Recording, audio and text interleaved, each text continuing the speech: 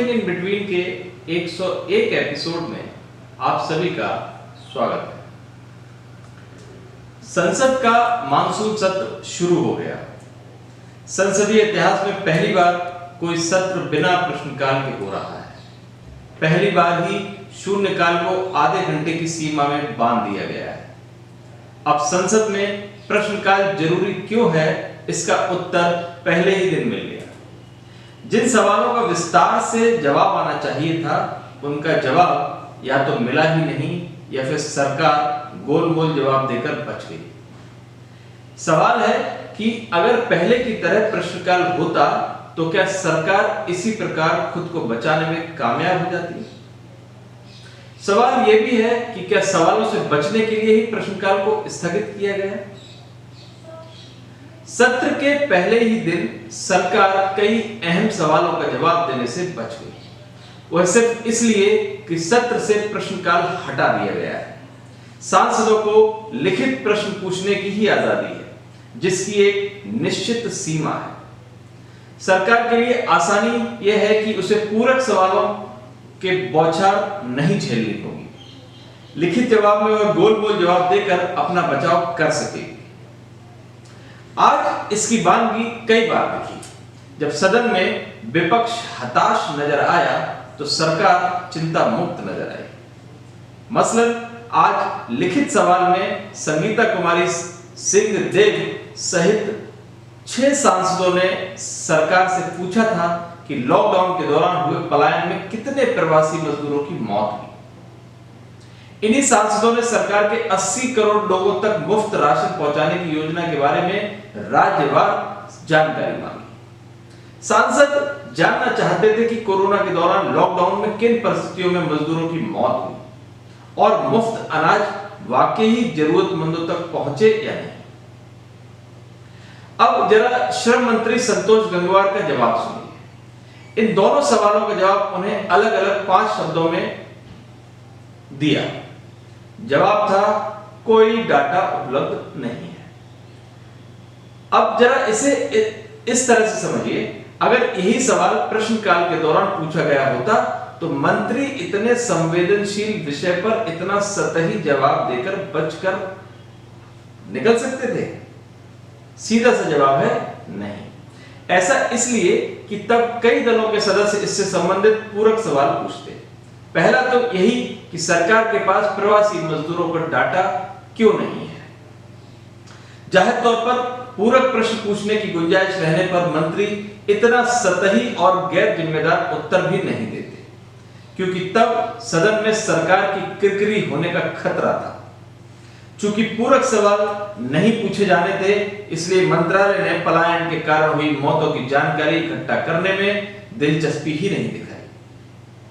पूरक प्रश्न पूछने की गुंजाइश होने पर मजदूरों का पलायन किन परिस्थितियों में हुआ, इसे सरकारें क्यों नहीं रोक पाई, के अलावा लॉकडाउन लगाने के तरीके पर भी सवाल उठते। इस जवाब का दूसरा पक्ष सरकार की असंवेदनशीलता भी है। मसलन सरकार को नहीं पता कि उसके मुफ्त राशन की आपूर्ति की जमीनी स्थिति क्या है। सवाल है कि सरकार की ओर से ऐसा जवाब क्यों आया। जवाब फिर से वही है, क्योंकि सरकार को पता है कि संसद में आमने सामने सवाल जवाब होना नहीं है, तो इसके लिए इतनी मशक्कत क्यों की जाए। या दूसरा पहलू यह है कि सरकार की मुफ्त राशन योजना जमीन पर प्रभावी ढंग से उतरी ही नहीं। अगर वाकई जमीन पर प्रभावी ढंग से उतरी होती तो सरकार बढ़ चढ़कर इसे अपनी बड़ी उपलब्धियों के रूप में गाती। जाहिर तौर पर आमने सामने सवाल जवाब की स्थिति में मंत्री गंगवार का यही जवाब सरकार के लिए परेशानी का बड़ा कारण बन जाता। अब इसी क्रम में वास्तविक नियंत्रण रेखा LAC पर भारत और चीन के बीच युद्ध जैसी स्थिति पर बात करते हैं। अंग्रेजी अखबार इंडियन एक्सप्रेस ने खुलासा किया है कि चीनी company Zhenhua data information company limited ने हमारे देश में हाइब्रिड वॉर छेड़ रखा है। इस कंपनी ने राष्ट्रपति, प्रधानमंत्री, मंत्रियों और कई हस्तियों की जासूसी की। कंपनी सीधे चीन की सत्तारूढ़ कम्युनिस्ट पार्टी से जुड़ी है। समझिए खतरा कितना बड़ा है, मगर सांसद इससे जुड़े सवाल का लिखित जवाब भी हासिल नहीं कर पाएंगे, क्योंकि किसी मंत्रालय से लिखित जवाब हासिल करने के लिए सांसदों को 12 दिन पूर्व अपने सवाल लगाने होते हैं। फिर अलग अलग मंत्रालय का अलग अलग दिन होता है। इस हिसाब से तीसरे हफ्ते जब गृह मंत्रालय का नंबर आएगा तब तक सत्र की समय सीमा खत्म हो चुकी होगी। ऐसे में इतने संवेदनशील विषय पर चर्चा होगी भी या नहीं, या सरकार के स्तर पर कोई जवाब आएगा भी या नहीं, ये सरकार के विवेक पर निर्भर करेगा। फिर अगर सरकार स्वतः संज्ञान लेते हुए इस पर बयान भी देती है तो नियमानुसार इस पर सवाल जवाब नहीं किया जा सकेगा।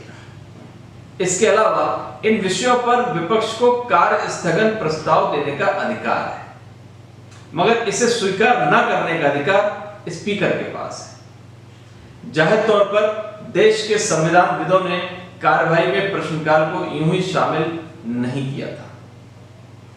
इसका उद्देश्य पूरी तरह से स्पष्ट था। प्रश्नकाल का प्रावधान सत्ता को जवाबदेह बनाने के लिए किया गया था।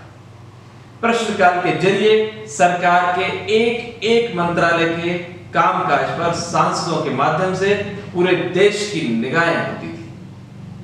प्रश्नकाल के दौरान सवाल पूछे जाने के डर से मंत्रियों को जवाबदेह और जिम्मेदार बनना पड़ता था।